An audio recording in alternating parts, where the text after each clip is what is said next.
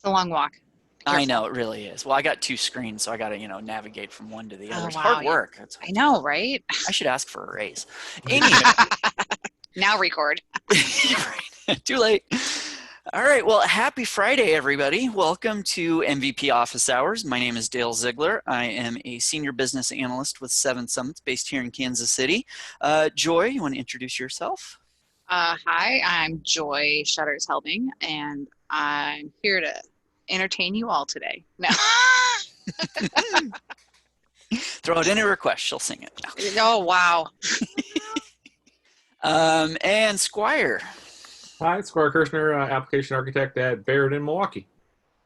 Fantastic. And yeah, welcome everybody. As I said, happy Friday. MVP Office Hours, we are here to help. And when I say we, I mean the collective we. It's not just MVPs answering questions. It's anybody can step up to the mic. So hopefully by the end of this hour, if you have a question, we help point you in the right direction. Over here on the right is a list of links to local, national, regional, web-based, all the events that and resources that Salesforce could possibly put up. They're updated very frequently. I'll call attention to the upcoming Dream and Events section. There's no getting around it. The world is obviously in a weird place right now. There are a lot of events that are unfortunately getting postponed or canceled outright. These links, all of these are very much on top of things. They're updating as soon as they have any information. Optimistically hoping that we are able to come together to be in the same place at the same time and enjoy communityness. But in the meantime, obviously not, but you can always follow these links. The one that actually is going to be thriving really strong here, though, that I suggest you look into is Virtual Dreamin' coming up this time next month. A lot of great presenters lined up to across the admin, the dev, the nonprofit, all the different realms of the ecosystem. Doing a one big live webinar party room type of scenario over the weekend. So I highly suggest you look into that, and it's free. But then in the meantime, just keep your eyes on these links as things do start to open up in the future. These are your sources to get connected, like I said, locally, your local Trailblazer groups, regionally, nationally, and everything. You can also, yes. Can I add, or I would invite you to add one more link to this list in the current time that we're in.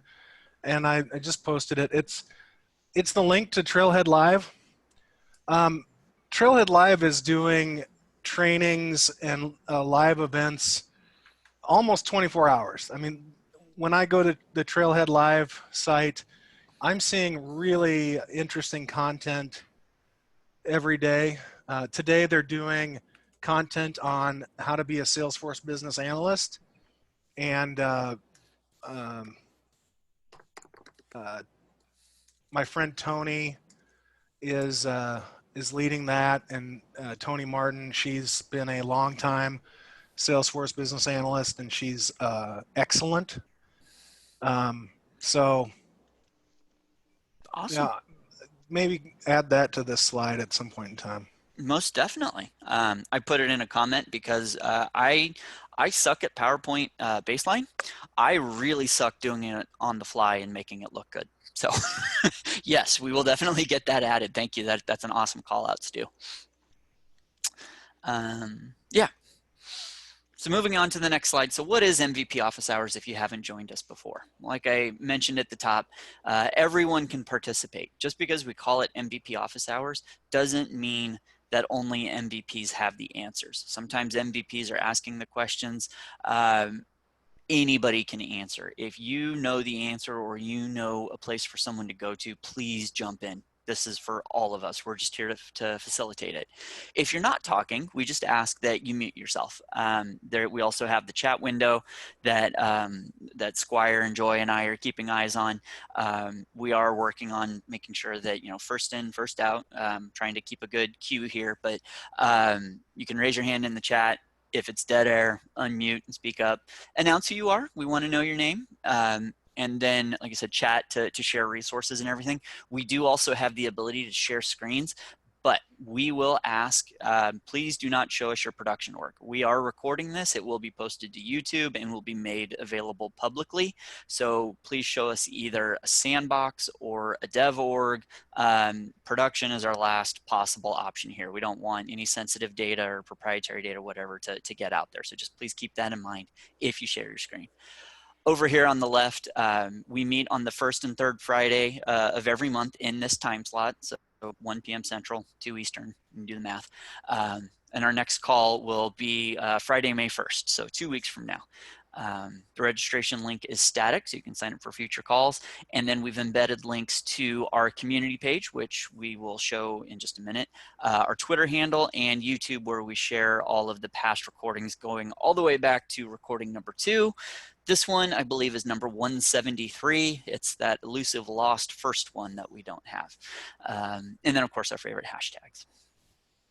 So really quickly, who are our MVPs in the room? Raise your hand. We got a good handful here. All right. Other opportunities for MVP office hours, not just here based in the United States, but there is an EMEA as well as office hours in Portuguese. And I don't see Carlos on the list to talk about it, but Portuguese is an awesome opportunity. You don't need to know Portuguese. Carlos is actually based in Florida, but I believe he is Brazilian originally. So he does his own office hours to help facilitate our friends in Brazil, Portugal, other Portuguese speaking countries. He does all the translating. So all you need to do is come to help. Again, you don't need to be an MVP. If you want a great opportunity to give back, answer some questions, give some technical knowledge, whatever, just come as you are, and Carlos will take care of the rest. So that's the last Thursday of the month. Same with EMEA. And again, you can go to mvpofficehours.info to get information on all the groups. So with that, let's jump into this. Before we take our first live question, something that we as a team have agreed that we want to do is not lose sight of the fact that we do have an office hours group out here in the Success community and the Trailblazer community, where in between calls you can post your questions and we do try to get them answered. What we're going to try and start doing is actually kicking off the calls with these to make sure that no question goes unanswered. That is a goal of ours. No question left unanswered. So when I scroll through here, I actually don't believe we have any questions. Any of these lingering ones we got resolution on. But please know that this group is out here to post your questions in between the 2 weeks that we are not having calls. So now we'll open it up to the floor. All right. I think we've got Marty had her hand up really early. And then once Marty sent it, was it Christine? Did you get your hand up there, I think? Yes. Christy. So Marty, if you want to go ahead, then Christy, we'll leave your hand up, but go ahead, Marty. Hi, this is Marty. So I have an update to my question last time that I think is a gotcha. So I thought I'd mention it. The question I had was, I had a action button on a list view that was on the case object to close cases, and it worked with one case but not with multiple. And I have the answer, which is one of those Yeah, fantastic. The answer is I had put a predefined field of status to set it to closed, which would obviously typically be what you'd want to do when you were closing cases. And the answer is, if you are using it on multiple rows of a list view, you must not have a predefined field set. Interesting. Yeah, that's one word for it. So that's the answer. If you want to use it on multiple lines, you cannot set a predefined field value. Interesting. Marty, did you find an article or just kind of discover? No, it was a Salesforce person on a different call that I was on that had the answer. Gotcha. So it was one of those things. I never saw that written anywhere. So Just FYI. Well, I'm sorry that you had to go through the pain and agony of trying to figure out what the answer was, but It was one of those, gee, why didn't I think of that? Well, I never would have. Brittany just posted in the chat, sorry I missed the question. What was the sticking point? So why don't you go ahead and recap what that was? Sure. I had put an action on a list view page to close multiple cases because I wanted to close multiple cases. If I clicked on to close a single case, the action button worked. When I was trying to close multiple cases, which is obviously what you'd be trying to do from a list view page, it did not work. And the reason was there was a predefined field for the status of a case, changing it to closed, which is what I was trying to do. So when I took away the predefined field value, it worked. And then up popped the, what do you want to change the status to? And you obviously change it to closed, and everything worked fine. Okay. So I'm going to ask one quick question. If anybody has ever seen the scenario where we hooked up Einstein activity capture and contacts are being duplicated. Anyone ever seen that? Ooh. Yes. Yes? Yes. Happened to me. That me is Christy. Yeah, Okay. sorry.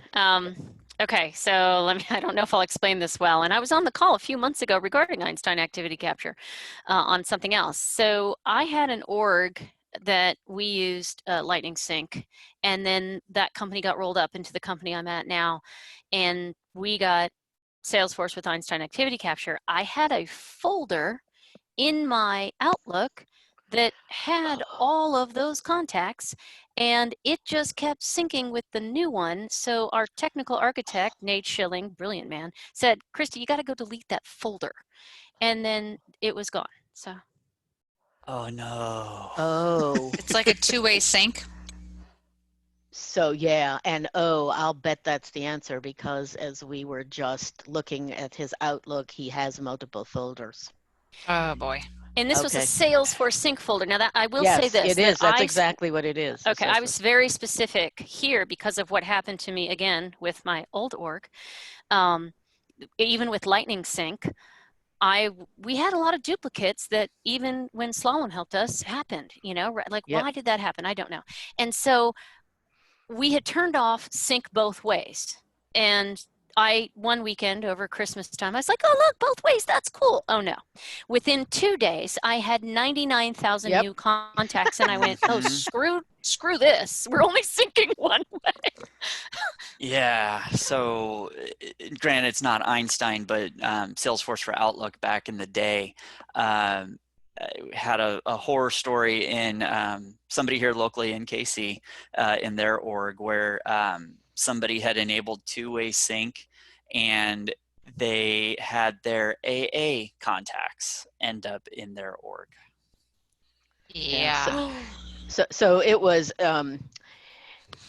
we don't have two-way sync on, but they did have Lightning Sync on, and we switched, and that I think you've got the answer. So one other quick question then, how did you get rid of all the others?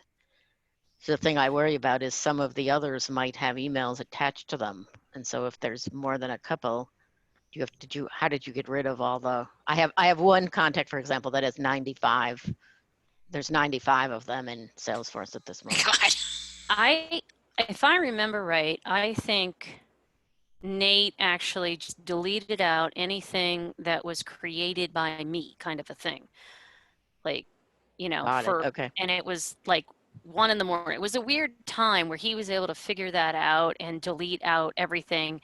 And it, just so you know, it had to happen twice. He didn't realize it was a folder thing either when he's like, yeah, I deleted it last week. So that's when we deleted it. Perfect. Thank you so much. No problem. I'm sure that's the answer, and I just need to confirm. Thank you. Stu just put in a really long, like a 4 or 5 step process that we can get over in there too. I will look at that. Thank you. Thanks, Stuart. All right, Christy, you had a question for us. I Joy, did. really quick, is that Oh, yeah. does that answer Brittany's question as well? I just want to make sure. I think it answered Brittany's question that she didn't catch Marty's question. Got it. Thank you. And so, Christy, you're up. Can I share my screen? You sure can. Yep. Okay. Yep. Go for it. Let me go here. All right, if you can see my screen, let me know. Not quite yet. Maybe I have to actually, there's Yeah, some things You have to say click yes. Oh. You have to select and then commit it. Yeah. Oh, hold on. Let me call back. Everything is different. And now I'm trying to make this big again. Are you sure you want to share? Are you absolutely sure you want to share? No, How about I now? do. You still although I positive? did email. So let me try and share my screen again. And click the button, share. Okay. There we go. Contact So- validation rule. Yep. Yeah. So here's Oh, the Bridget. goal of this, because we brought over 4 other old CRMs into one CRM when they rolled up our sales people instead of Salesforce, was to not, I don't want, stop putting in period as the name, like seriously. But what this has done is not allow any other thing. Like, but what if their name is O'Connor and now they can't put in the apostrophe? So I've written this wrong. And I realize that's the fact, but I don't know how to fix this where it makes it have to be, 2 characters or more, and it has to include a letter.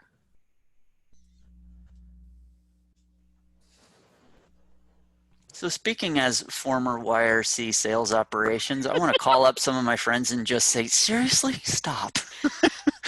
But They don't, I deleted 10,000 contacts out of our system this week that literally had no email and no last activity date and only had a period or a quotation mark. And I'm like, dude. Right. Yeah. Those aren't contacts, those are leads. And yeah, anyway. Yeah. Jerky jerks. So I'm going to be honest, I've never really played with the regex function, so I'm going to go on mute. I love regex. Yeah, regex is a good time. I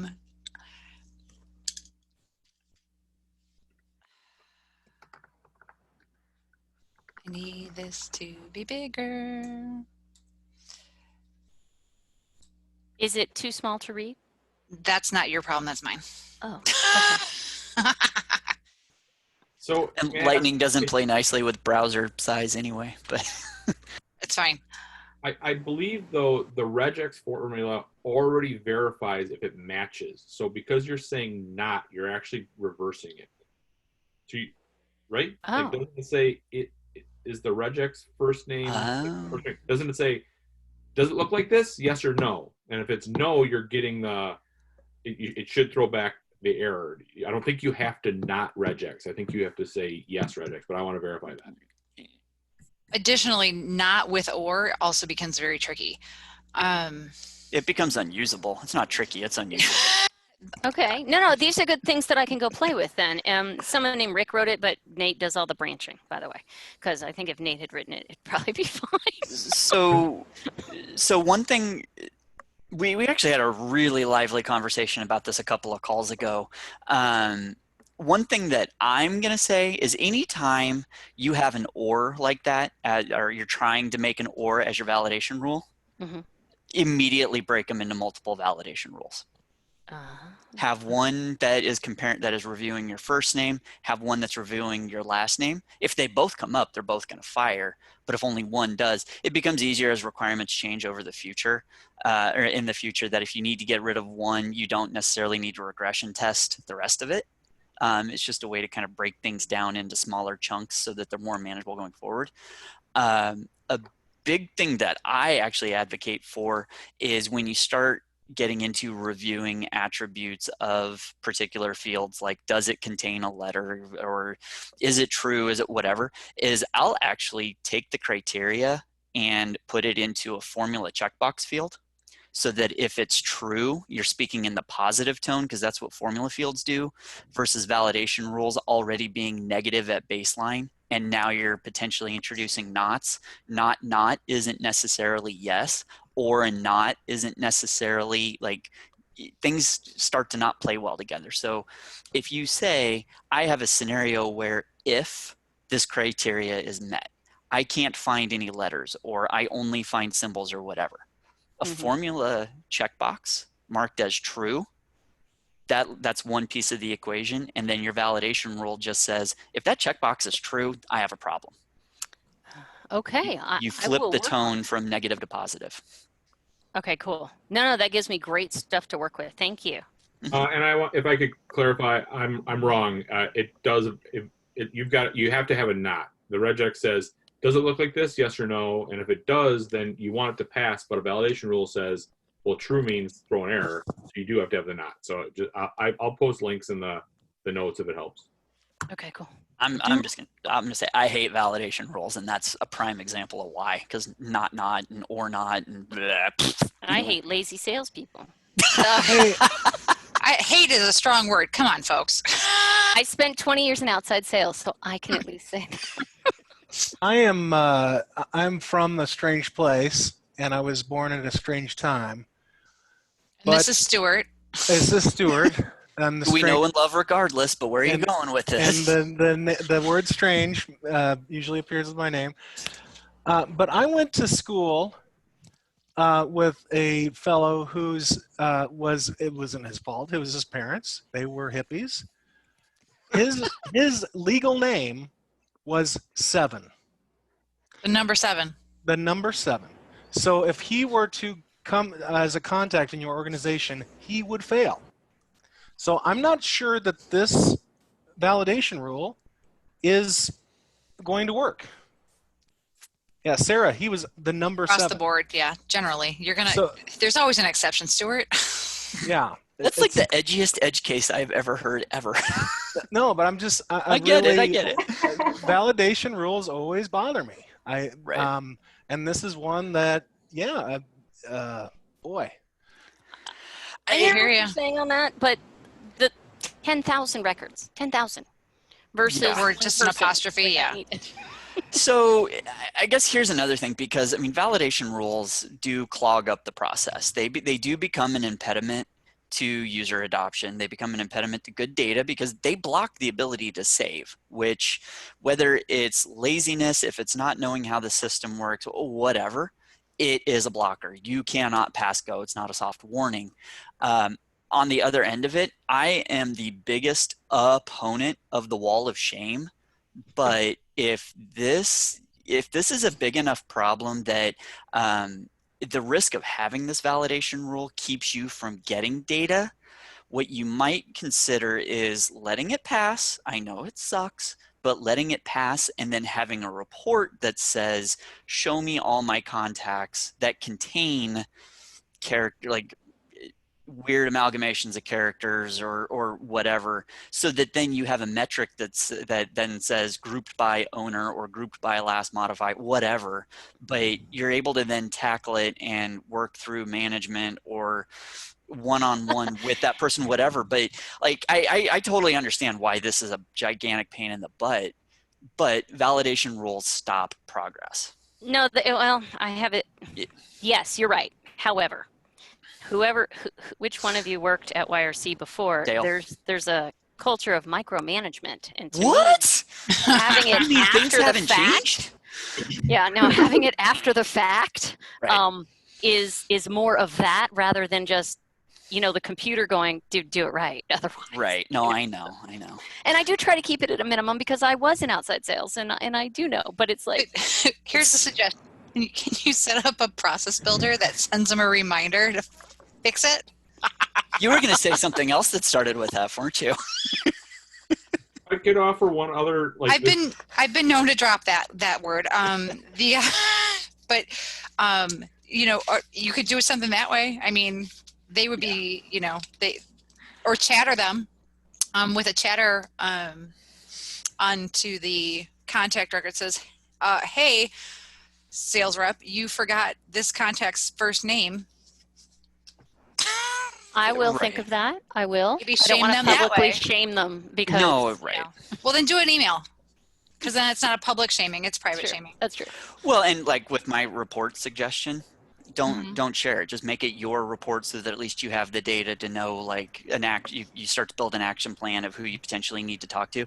The overall, this becomes part of the overall balance of how your org and how the process functions, and it takes a little bit of tweaking and, you know, shifting deck chairs around a little bit. That it's not perfect because we have humans in the process. It's true. Like it, and there's no one right perfect recipe to it. It might take a little bit of time and energy sacrifice to get things where they need to go, but you, to your point, you can also do it non-publicly.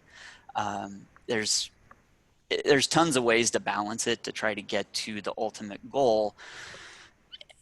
It's not awesome, it's not perfect, but sometimes it takes a mix. Yeah. I'll go work on it and see what I can do where it's a little bit nicer than, you know, because I'm like, oh, I didn't mean to leave off like O'Connor and put the apostrophe. Right. Well, and what's also hard is as you start introducing integrations, anything that's automated, you have no control over what that data actually looks like. If some upstream system passed in O''Connor, you're kind of out of luck. And you got to figure out how to accommodate for that. And it just, everything's a balance. That's true. Okay. Thank you. All right, we had a question from Jade. Jade, are you there with us still? Yep, I'm here. Let us have it. What do you got? So we're using Einstein Activity Capture with Inbox, and the out of the box activities dashboard is seen in Analytics Studio. And that doesn't seem correct for us. And I was just wondering if anyone else used it or has any experience with it. I logged a ticket to support, but I was just wondering. Can you be more specific about what doesn't seem correct? So it's a data set that we can't look at, we can't get into, it's locked down. So when we look at it, it's the activities are just too many for one person. It's just an outrageous number. And if we, filter by one user, the accounts that show up with related activities to this user, it's not even their account. We have role hierarchy set up and it's totally in a different part of the country. Sure. So there's a lot of activity capture, or the analytics model doesn't follow your role hierarchy. So is there just an assumption that you'd see in analytics what you'd see in standard reporting? Is that just the confusion, or is there more than that? Well, with a normal data set, you can actually get in there and adjust the security predicate or role hierarchy, but it's locked down. Mm-hmm. So I didn't know if it worked for anyone else, or if we have some special setup. That's why I was asking. Sure. If I remember correctly, it's pretty locked up. I don't have that any longer, but it was one of those things where it's like getting to the data was just incredibly difficult, and changing the reports was challenging. And so I don't, like, I can't like look at my like former setup any longer, but I don't have any answers for you either. But no, it sounds like it's standardly challenging. Does that make sense? It's not you. Yeah. Okay. I was just No, wondering. it's the free Kmart version, because we had the Kmart version of Einstein until we got one license of the full thing to try out for 60 days. And if your activities look high off the charts, it counts every single email as an activity in Einstein. Mm-hmm. Yeah. Well, they are activities. Well, yeah, true. As we all shake our heads and are disappointed. Why? But yeah, right. Yeah, it's a good point. I mean, I think the templates for the most part in Einstein 2 are really designed to almost like everything, right? It's like, here's something to get you started, but if you don't like it, build your own. And have you started with building your own template yet? Well, I wasn't sure how to, because I wanted to see the data set that was there. Right. Yeah. I mean, you might have to start from scratch just so you can add the correct filters and run it when you want to, et cetera. So not even building on the existing one, but just start from scratch. And we didn't have it. We had the Kmart version, so we could not build anything. We Mhm. had to use the templates that were there. So Interesting. It's didn't have very, an very administrator? restrictive. what? I guess I was under the assumption that you always had at least one administrator license with the baseline package. Is that not right? It was an administrative, but you couldn't do anything like that. Was the Kmart version. That's what someone's like, oh, you have the Kmart version of Einstein. Yeah. Okay. And you literally, because our partner tried to do stuff with it and tried to share it, and you could not do anything with it. It's an app that you can get for free, but has all in-app purchases to do anything. Is what it sounds like, if I'm correct. I don't think that's changed. Okay, thank you. I don't like our answer for you though. Well, I think it's along the same answer as support, so. Yeah. Spend money. Yeah. Yeah. Right. All right. Do we have any other questions out there?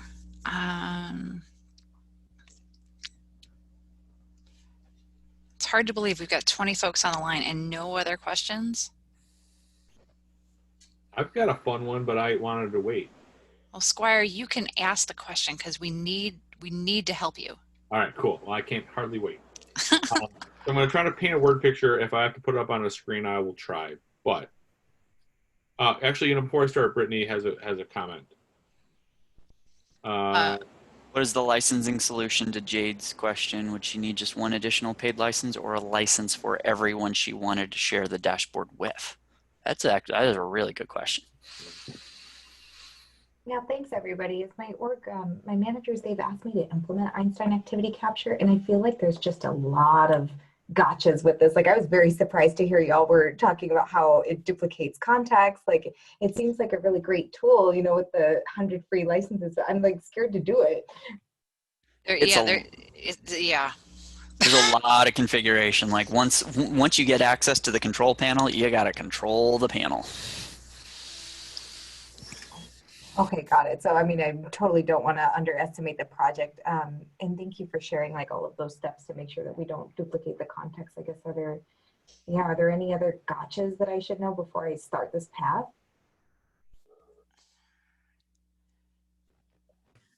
This is Jade again. Reporting is not great. So if you're not using Einstein Analytics reporting because the dashboard is kind of wrong, if you try to do regular Salesforce reporting, that's kind of limited too. I see. So my managers are interested in using Einstein Activity Capture to capture like all of the emails that the reps are not logging, because they want to understand like, are certain accounts being actively managed, and they want to measure rep productivity. Like, have you all had success answering that question with Einstein Activity Capture, or is this just like a terrible idea? This is Joy, and one of my former orgs had implemented this, and it did not do what you're asking it to do. We captured emails that should not have been captured. We captured all sorts of things, but the manager's reporting capabilities are not. You can't capture that in standard reporting. And so it became a painful exercise, and they eventually unplugged it because they were like, we want to be able to do this and this and this, and we're like, we thought we could do this and this and this. And what ended up happening is they felt like they were losing visibility because they couldn't get to what they wanted to get to as easily from standard reporting. I think it's important that you definitely like vet this out and really understand what's going to be happening, because the Einstein activities are not standard objects any longer, so they're not part of any standard reporting. So they're not standard records. They're like offsite.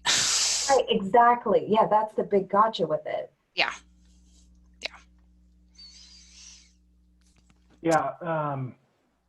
So that the biggest gotcha. Sorry, this is Stuart.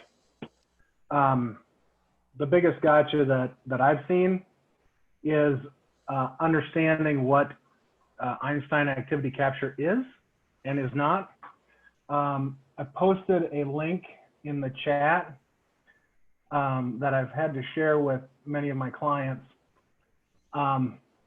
When they're asking about the functionality they need, and then in discussing with them what they're actually trying to do, a lot of the times they're asking for Lightning Sync or just a connection between Outlook and Salesforce. And there's other ways to do that than going with Einstein. Agreed. And you're right that Einstein Activity Capture stores the data in Google Cloud. It's not storing it in Salesforce. And this article talks about the differences between those two products. Even after reading it, a lot of people will be still confused. We had to discuss this with our Salesforce AE for quite a bit about what is it that the clients actually need to do their business. I want to give a positive though, because like our company is so large, and I guess with their prior CRM that they had, Dynamics, the record keeping, not having the records for us would help us not like blow out the storage data. Mm-hmm. Right, that's what was attractive to us, you know, but I mean, if the activities are stored in such a way that you can't report on it, then it's not even useful. Then, so right now, like we're paying for inbox licenses and we have the sync working, like everything is working well, and managers are able to access the email activities from standard reports. But yeah, it is a bummer that we have to store it because that's kind of burdensome on the system. So what do? You know, it's like, do you just pony up for more storage, or do you pony up for these Einstein licenses? Right. I think for us, we're probably going to get some more Einstein licenses just for the executives. So it's probably going to be like 15 of them or 20 of them total. And are those like full Einstein reporting, Einstein analytics licenses, or are they just Einstein activity capture licenses? No, it's Einstein Analytics. So we were having our partner help build some stuff for it, for the activities and the revenue and the compliance and all of that stuff. But obviously not everybody needs that, just more like the top 10% people. Got it. Yeah. This sounds like such a tease. Like they offer these licenses up for free, and then ultimately you have to pay for analytics licenses. It's the hook, right? It's the hook. So they're really good at that. It's like a casino. They don't build big casinos because you won a bunch of money. mm-hmm. Well, thank you. This was really helpful. Let's see. Where are we at here? I know Jade commented a couple times. Nasir has an interesting question. And is that Jane that's asking about Xyla? Yes. Yes, that's me. And Wai Peng is back as well. So we have a couple of them. Where do you want to start? Jade, are you all set, Jade? I had an additional question, but if someone else wants to go, you can just come back to me. No, you were talking about a specific chatter group. Oh yes. Is it possible, like if we had a competitor chatter group, for example, is it possible to like embed that somewhere, like on a custom Lightning page, or embed that chatter group specifically somewhere instead of just the whole chatter feed, you know? And like bookmarking it somehow? Yeah, like if I created a competitor object, right? So I'm going to have a competitor page. I just want that competitor chat group there. Well, if you create a specific record, the feed would be stuck on that record. Is that what you mean? I think what she's asking for, though, is a chatter group, not necessarily a record, like an object-specific chatter feed, but a group. Great. Is that right? Yeah, a group. Theoretically, and this is something I'd have to take back to my colleagues at Seven Summits, like, because I'm sure we've done it on communities before, but I don't know.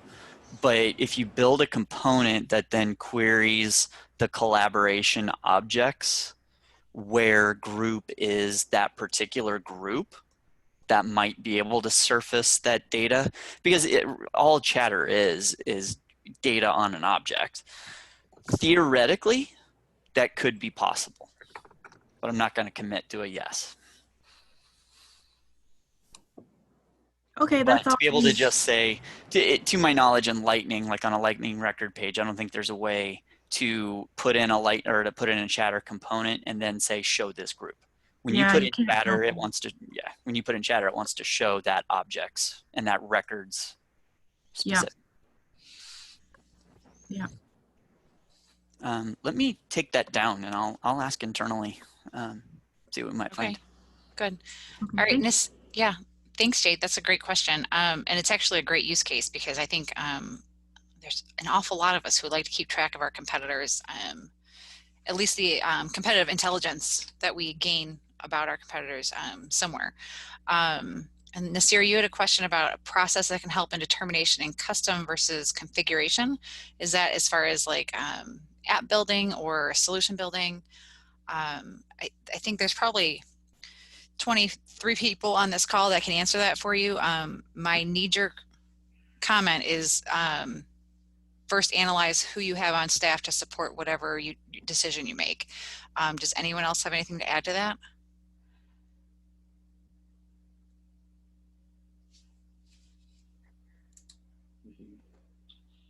I would offer that conversation is not one to take lightly, that there's knowing the reason why you implemented and pay for the platform and what the benefits of configuration is versus custom code, like really understanding that is your baseline for any of those decisions. And while I don't think there's a wrong answer, I know there's a right answer for your company and for what the cost benefit of the platform is. It's a very fluffy way of saying, at my company, our first choice is we configure it until we can't configure it. Then we buy a third-party package. Then we develop. But that was a decision we made, not the only decision.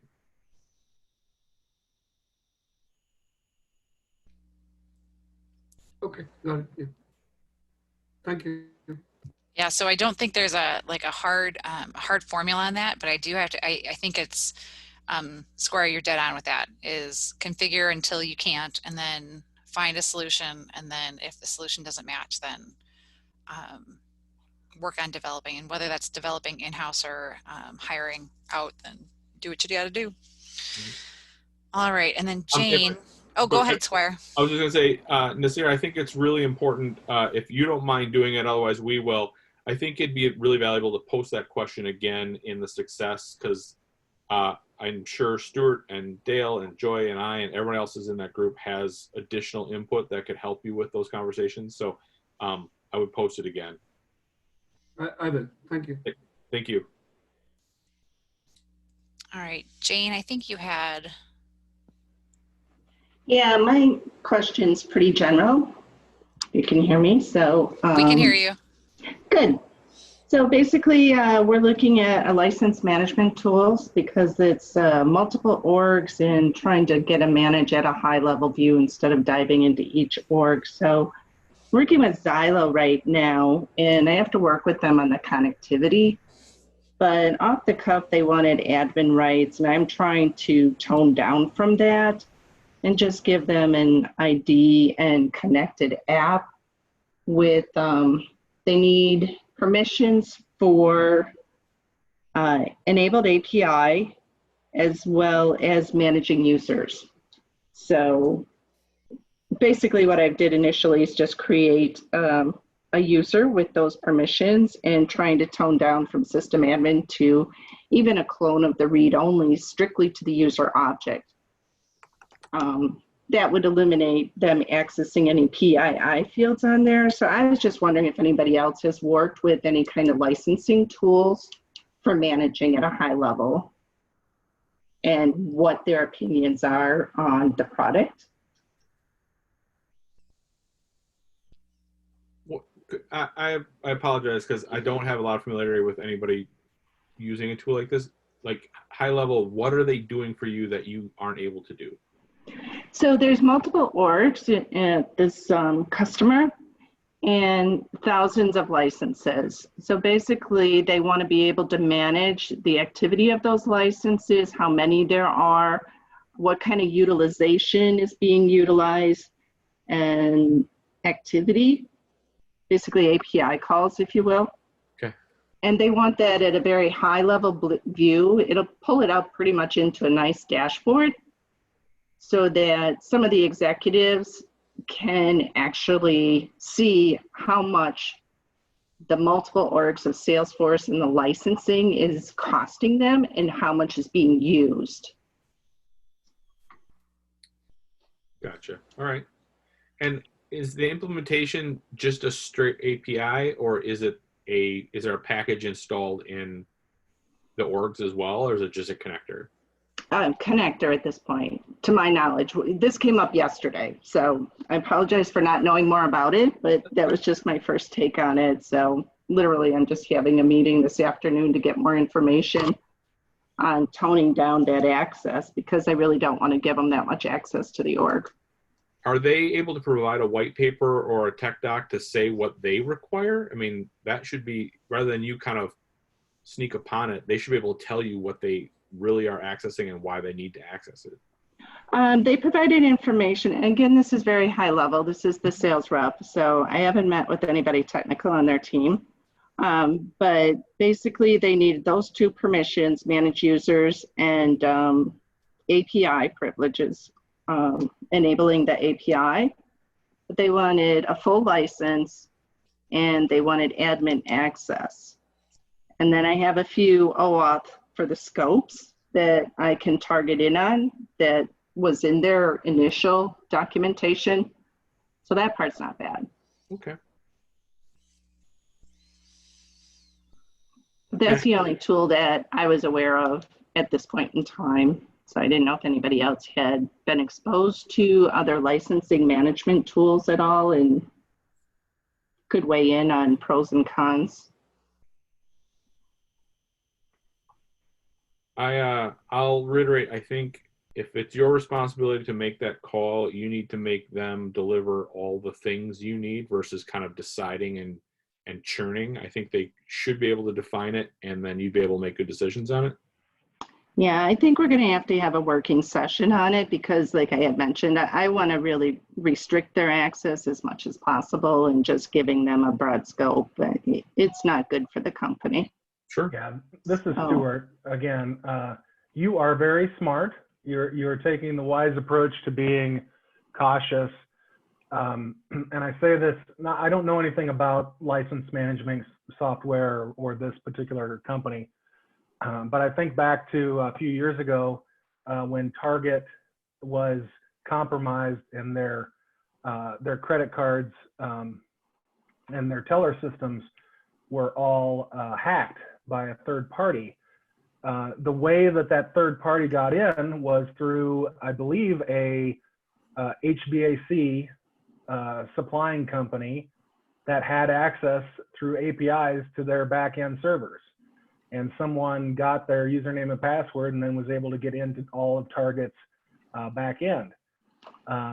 So you should not only check if they want admin privileges, you should not only check what objects are they asking for, and what privacy rules does your organization have on those objects, but what are the security rules that vendor has? Do they have a lockdown on their system so that no one can log into their APIs or hack into their systems? I'm very strict on security, and I don't want anyone to lock in through someone else's account. That's good, great point, Stuart. Thank you.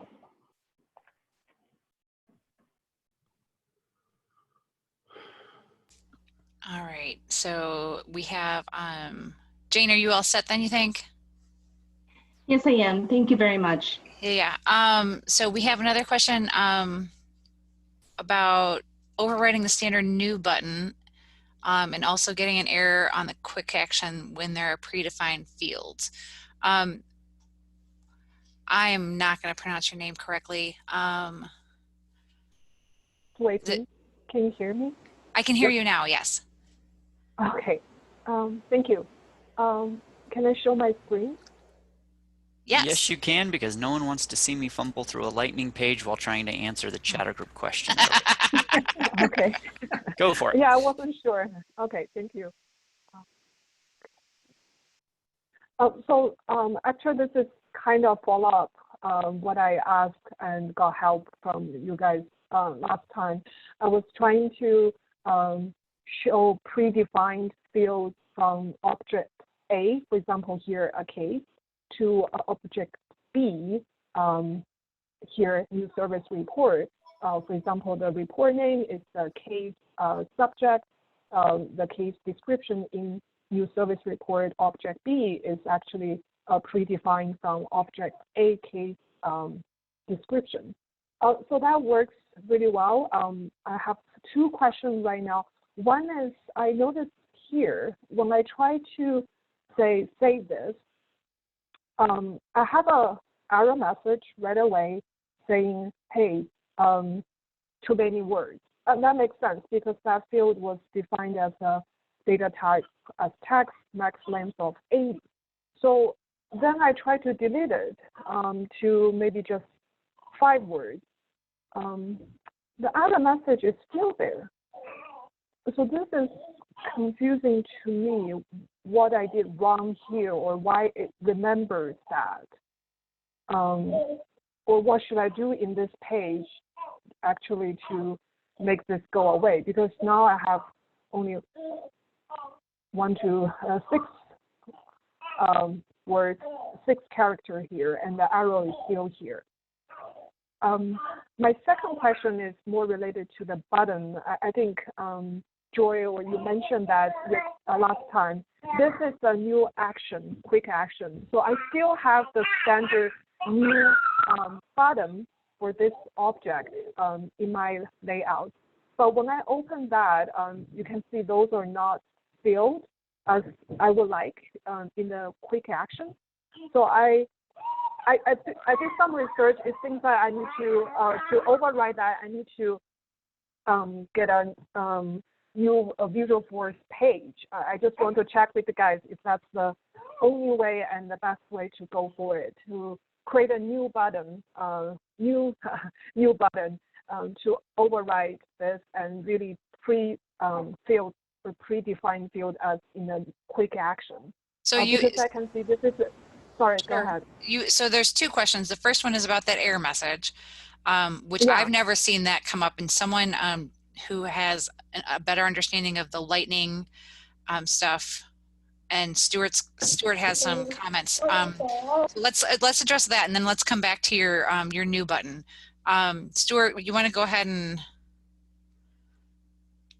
unmute yourself? So I'm just trying to think of the order of operations here. So when you saved it the first time, I'm wondering if you have some sort of automation in place where it's populating another field or doing something with that name field, or is it just I'm wondering if there's something that's happening before it's checking the length of the name.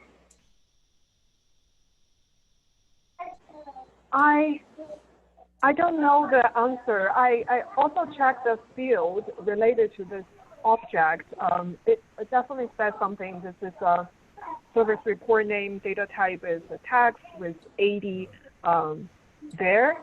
So I'm assuming if I do something here, creating from new, forget about the new action, I also cannot exceed that max limitation. But and then the only thing I made change here to create this new button is to predefine that field in the new action edit page. I don't have any flow or any trigger elsewhere related to this. So I was finding this by accident. I thought it all worked, and then I tried to save it, I find out this. So I think there must be multiple errors following through here because it looks like it's not only a max limit, but also a duplicate check. Do you have validation so tools or duplicate management on in case? No, that duplicate, that's I'm sorry to confuse you. That's exactly the case name. Sorry. Yeah, so people try to tell me, oh, what to do, please delete. Sure. But this, yeah. Yeah. I guess I'm just wondering if there isn't, like, kind of to what Stuart was leaning at, like, maybe there's multiple things happening and you're not resolving all of it. It's just this is all you're seeing. Do you have a validation rule in place? Are you certain there's no automation in place on these requests? No, I don't think so because this is a case subject exactly like that. Sure. I have no problem. This is a text string, not the name of the record you're creating. That's the name of the record I'm creating. Oh. Right, like the subject is just the subject. It's not actually the name of this service report record. But if you've got duplicate management in place on the service report, that could be happening as well as a validation, as well as I think there's a big snarl here you have to pull apart. Like if you if you were to change it to something that is just pure gibberish that you know is not unique other than the word delete, does it still give you the same message? Oh, yeah. That's not the real name. So if I change it to test. As long as there's not a test in there. See how it's giving you you're getting that same duplicate of. Yeah. So I feel like there's something else that while this is popping up at the name because it's trying to save, something else is causing you to get a duplicate. Can you go back to the setup tab? Yeah. Yeah. And, you mean the setup of the new action? No, on your browser, the other tab you had open that show the list of fields. And then can you scroll up?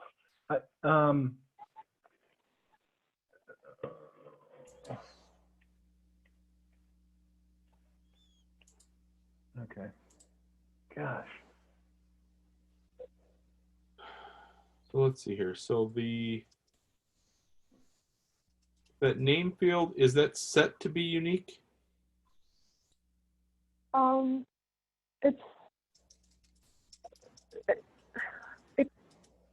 Usually it's unique, but I don't have any validation rules around this to do anything. Okay. So I was thinking maybe I should give another task to create a new field and make it longer and see if that goes away. It seems like the lighting the page is remembering what I'm typing here, because when I error message, it's remembering, hey, your data value too large. This is exactly the case subject I was previously defined to do that.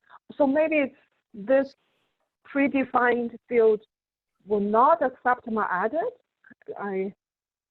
Would you mind going to the action default page, like setup for new service report?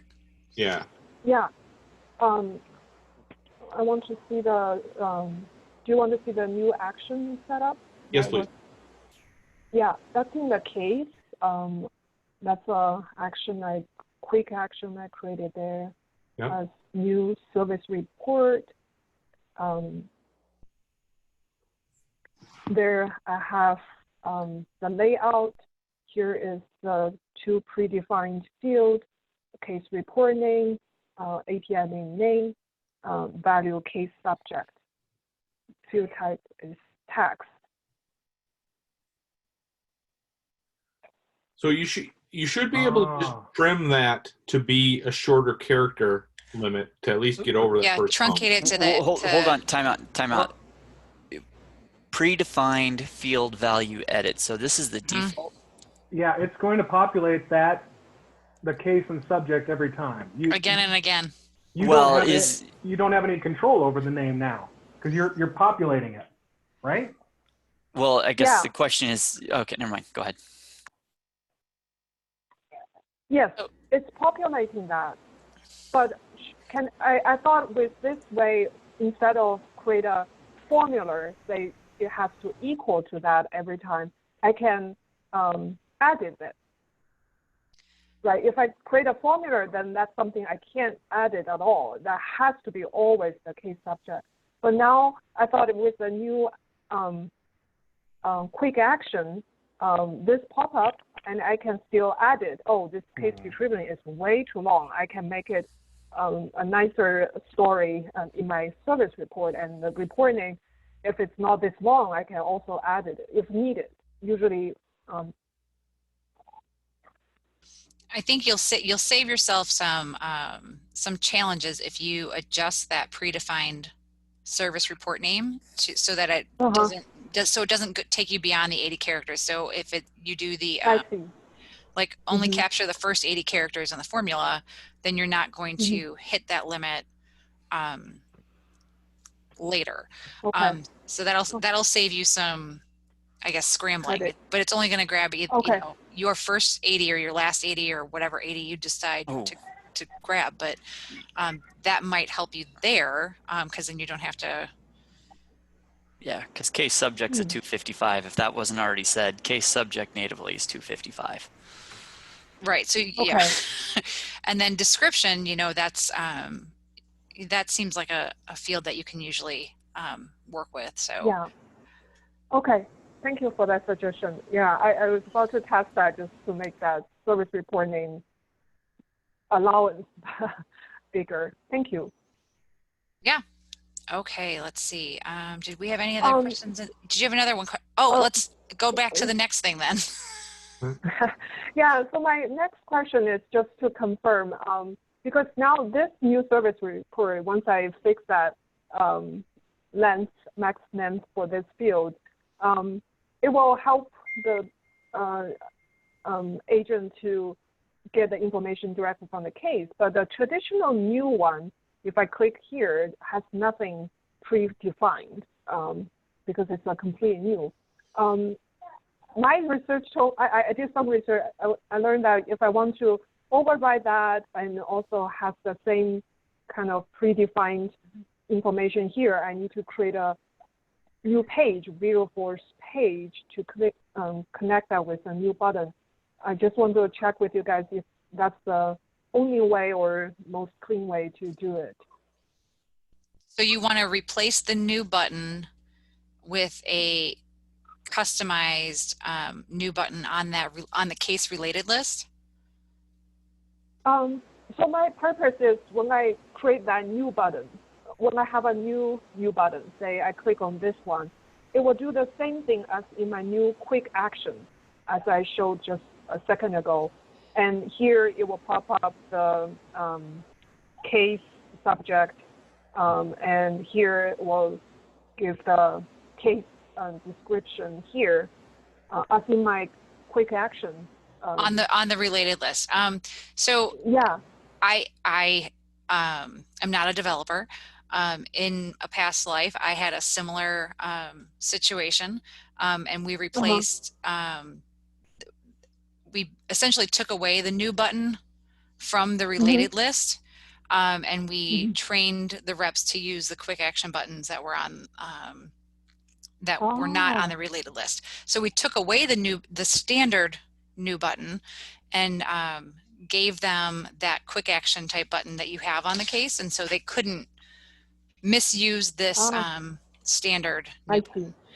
But I will tell you that most users will find a way to make you crazy, and so they'll go up to that plus sign in the top, or the they'll find a way. But we took away the standard opportunity button and basically gave them spoon-fed new opportunity. Okay.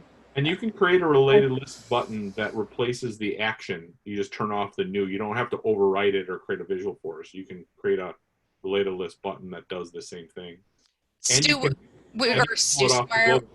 Squire, will you show? Can you walk her through where she would create that related list button? Yeah, I can try. I know we're running out of time. Right? Let me just really quick. Okay. I'll stop sharing them, or could you show me? Yeah. Let's see here. Would it be on the case Or would it be on the? It's going to be on the case in the related list section in that button section, and you have to create a specific button to do what you're talking about. So Do you want it in the page layouts if you're managing related lists? Well, so the button she's clicking is from the related list pick list choice, but you could put it at the case level. And like there's like 4 different ways to come at this without having to actually override it. But yeah, so in here is where you're going to create a list button, or not a list button,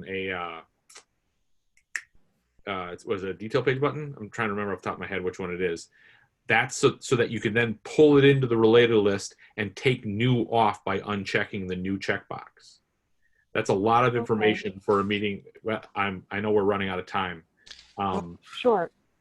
But you know what, we'll make a note of it and get it in the success community. But there is definitely a way to do this. Yeah. And you won't have to code anything. You just turn one off and create a brand new one. We've done it a million times. No one wants to pick our task type. So instead of saying new record, pick the task type you want, we have a button for every task type in every related list. It's mind-numbing, but it works. Oh. Wow, that's great. I'm not a developer either, so I'm glad to hear there's no code needed. Thank you. Yeah, definitely. I'll look for the information in the success community. Or yeah. I'll see if I can post some links along with your question in the success after this meeting as well. Okay, thank you so much. Thank you, guys. Yep.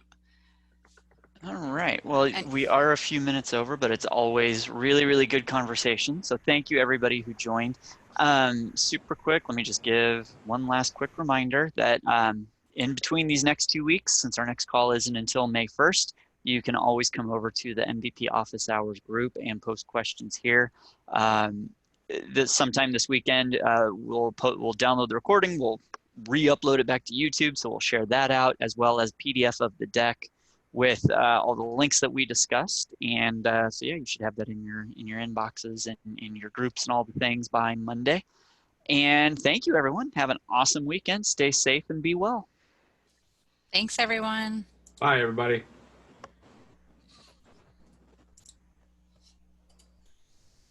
I got to run, guys. I'm sorry. No, thanks, Squire. Thank you, sir.